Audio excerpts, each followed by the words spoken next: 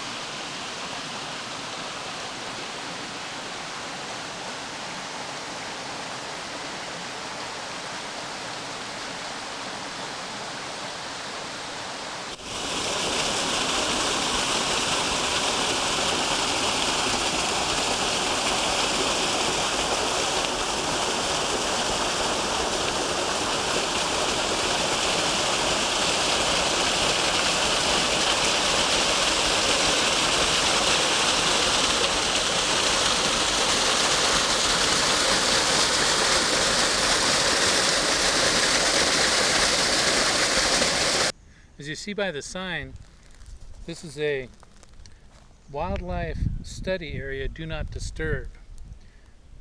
History tells us that the last family ever killed by grizzly is actually buried in this area. They're unmarked graves.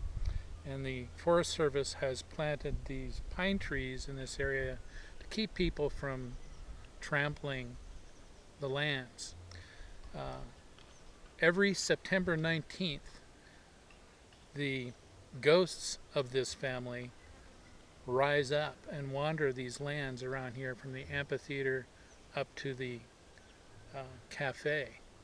So this is actually hollowed ground, literally.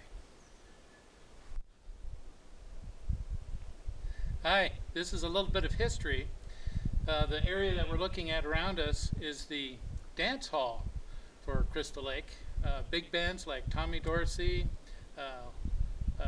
Benny Goodman, Les Brown and the Band of Renown would come up here and play during the 1930s and 40s for the famous people. It is even Elvis Presley even performed here.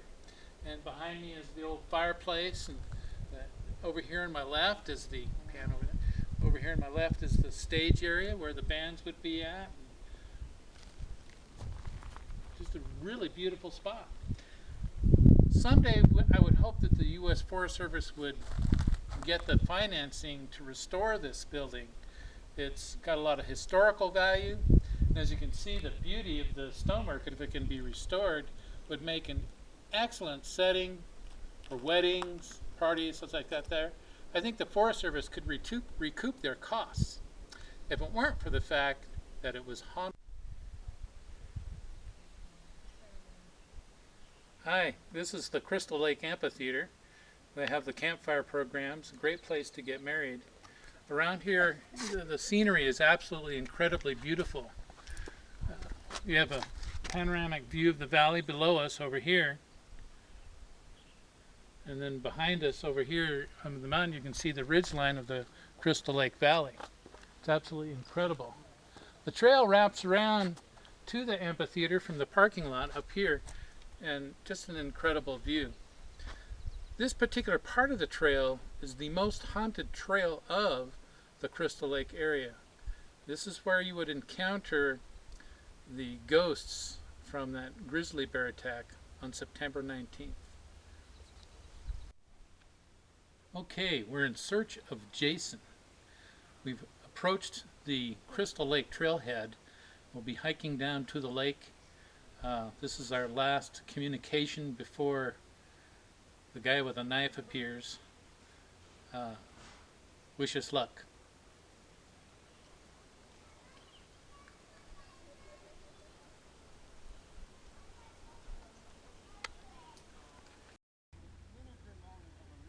As you can see, the bubbles rising in the lake. It's possible that Jason could rise any second. We can't stay very long here. I'm really worried about that guy in the boat in the background. As you can see, it's just like the movie. It's going to happen exactly the same way. Jason's going to rise up, grab that guy out of the boat, and it's all going to be over for him. We need to get out of here right away.